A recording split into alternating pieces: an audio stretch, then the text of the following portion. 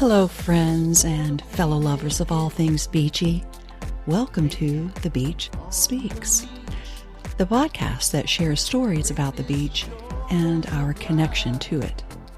I'm your host and beach lover, Paige Friend, helping you reconnect with the beach, return to your soul, and reimagine your life. So grab a cool drink, relax in your beach chair, stick your toes in the sand, and enjoy this episode of The Beach Speaks.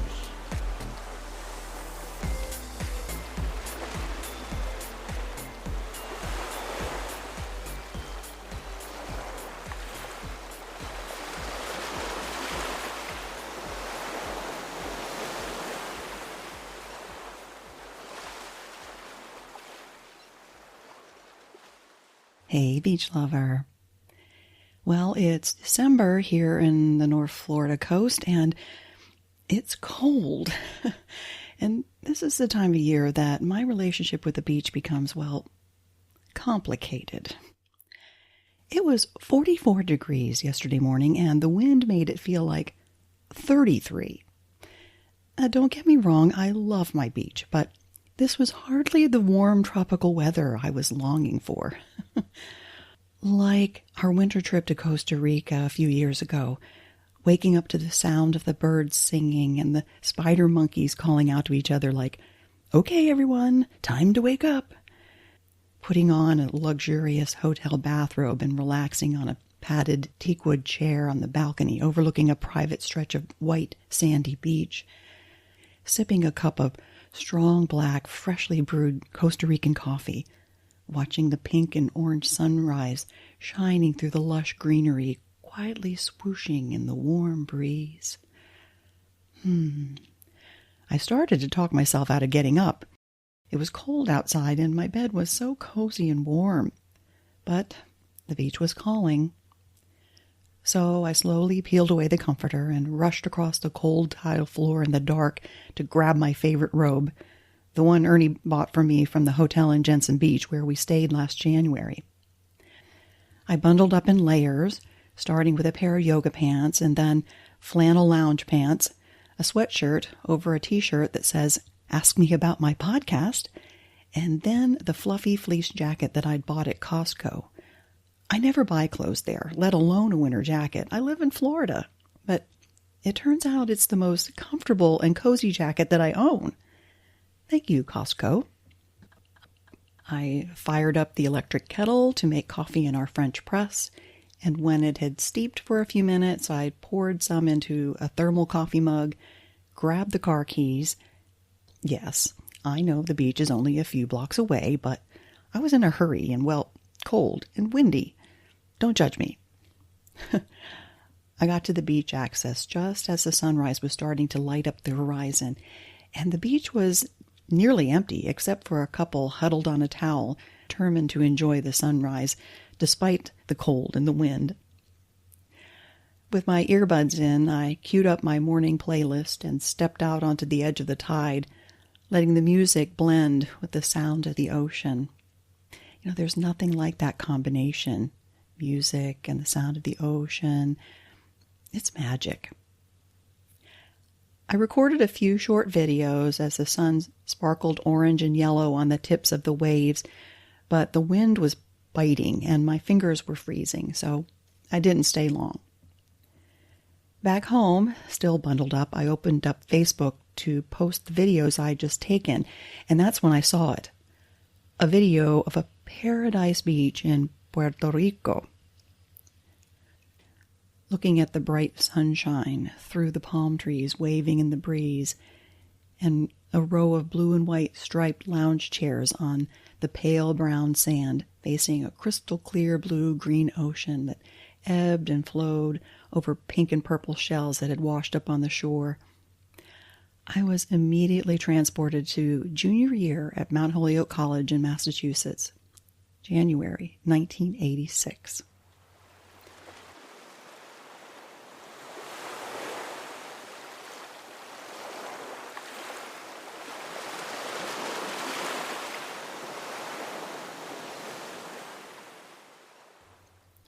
My best friend Martha and I were co-captains of the swim team, and we had heard a lot of nationally ranked college swim teams from the frozen north would travel somewhere warm, like Puerto Rico, to train during January term.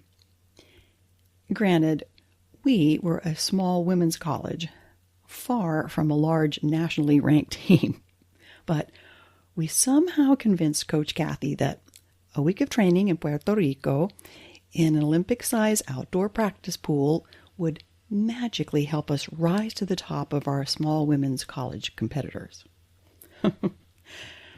And so, on the day after New Year, 1986, I, along with 8 other teammates, boarded a plane, excited to leave the cold and snow of Boston for 7 days in the tropical warmth of San Juan.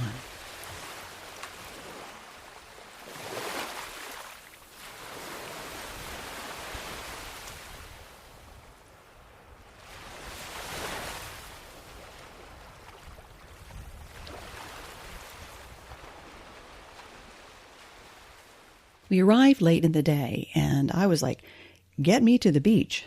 But we had to check in first. We were staying in a relatively inexpensive hotel, which seemed to be in a safe part of downtown. The place had been recently renovated, but the tiny elevator was slow, and it made this loud clanking sound. So instead, we raced the 3 flights up the narrow stairway, carrying our heavy duffel bags to get to our rooms. Keep in mind, we had just arrived. We had plenty of energy then. We had no idea how exhausted we were going to be the rest of the week. Our schedule was a 2-hour workout starting at 7 a.m. and then another 2 hours mid-afternoon.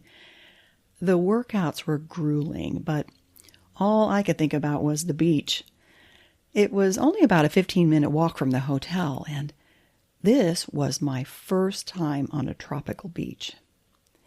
Beautiful, semi-private stretch of beach near a deluxe resort hotel that had a casino, although none of us had any money to go. It was like a photo in a luxury travel magazine that had just come to life. The soft white sand, palm trees swaying in the warm breeze, and the gorgeous blue-green ocean. I had never seen the ocean so clear that you could see straight to the bottom. Paradise. After our first morning workout, I couldn't wait to get to the beach and start working on my suntan. I barely used any sunscreen, and I was so tired from just that one workout. All I did was lie down on my towel in the hot sun, and I fell asleep. At home, I was used to tanning, lying out on a towel on the cool grass by the community pool. It never occurred to me how much stronger the sun would be on a tropical island beach by the ocean. So, of course, I got a sunburn. And there was a super tan, shirtless man in a wide-brimmed straw hat walking barefoot in the hot sand, selling pineapples. I was amazed watching how quickly he could split, core, and cut an entire pineapple with a machete. Of course, I had to get one, and it tasted so sweet. I ate it all in less than a minute, and I soon regretted that because the acid from the fruit made sores in my mouth. But once I waded into the salty, cool ocean, I forgot all about the sunburn and the mouth sores. And that's when I met Joe, the captain of the West Point men's swim team, who was floating in the waves just a few yards away. This was unexpected. So I paddled over to where Joe was floating and struck up a conversation. This was their team's 3rd year training here, and he knew where all the fun was. Cheaper than the resort casino, and he suggested that our teams meet up later that night at this local disco dance tiki bar kind of place. It was just a few blocks away from our hotel. So later that evening, Martha and I and 4 other teammates walked to this tiki bar, which was in kind of a sketchy area. But it felt safe with Joe and the others there, and they offered to walk us back to the hotel when we were ready to leave. We didn't have a strict curfew because Coach Kathy thought we were responsible enough to get back to the hotel in a decent hour.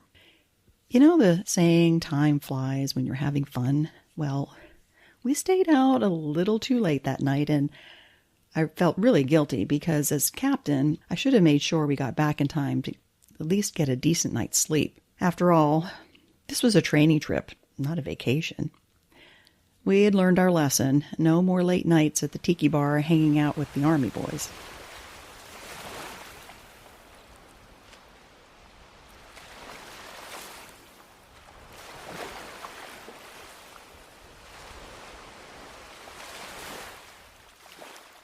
For the remainder of the week, I swam, consumed copious amounts of café con leche, orange Fanta, and rice and beans, and spent the better part of my free time on the beach, floating in the ocean and napping in the sun on the soft sand. I hated waking up that last morning, having to pack up my bathing suit and shorts and put on a turtleneck and jeans. I felt so sad and tired walking down the hotel stairs, still in my flip-flops with my duffel bag slung over my shoulder. Leaving the beach was hard, watching the sand and the surf fade into the distance as our van headed to the airport. It was a long flight back to the wintry cold of Massachusetts. I left my boots in my duffel bag and wore my flip-flops on the plane. I could still feel a little sand between my toes. Our connecting flight in Philadelphia was delayed a couple of hours because of a snowstorm in Boston, and when we landed, I swapped out my flip-flops for my boots and slunk down in the back seat of the van for the 2-hour drive back to school. And about 1 a.m., exhausted, I dragged my duffel bag up the stairs to my dorm room, curled up on the bed, boots and all. It felt like the beach was so far away.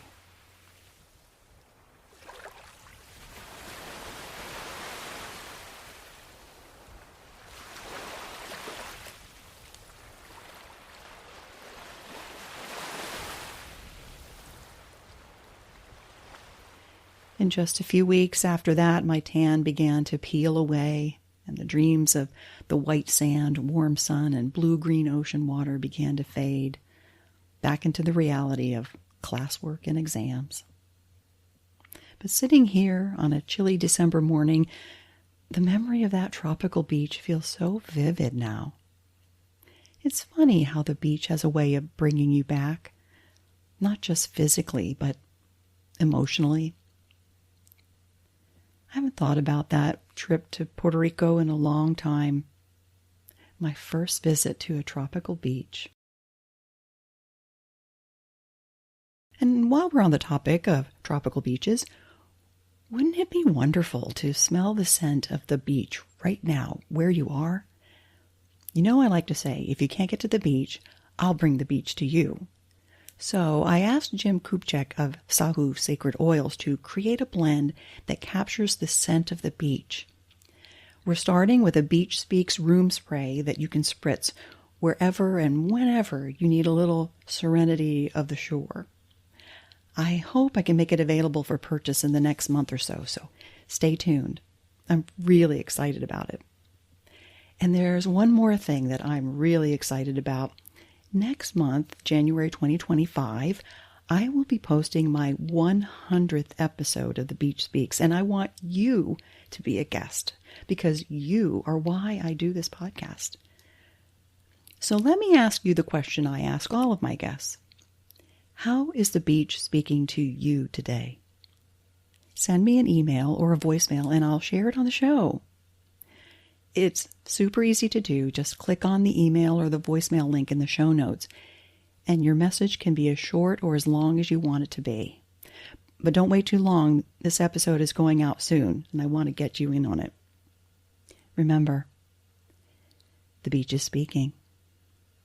Are you listening?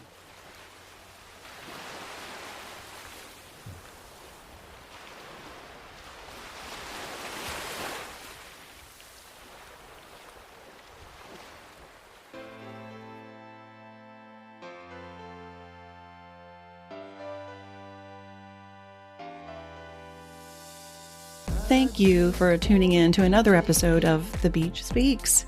If you enjoyed what you heard, please spread the beachy vibes and share it with a friend. Because, let's be honest, who doesn't want more beach in their lives? And if more beach is what you crave, go to thebeachspeaks.com and sign up for my newsletter. It's an easy way to stay in the know, collect some tips and travel hacks for your next beach adventure, and find out what I'm doing at the beach. And if you want to dive deeper into the ocean of support, consider becoming a Beach Speaks Patreon member. Your contribution helps keep the podcast afloat, and you'll enjoy some cool perks that only our Patreon family gets to enjoy. The beach is speaking. Are you listening?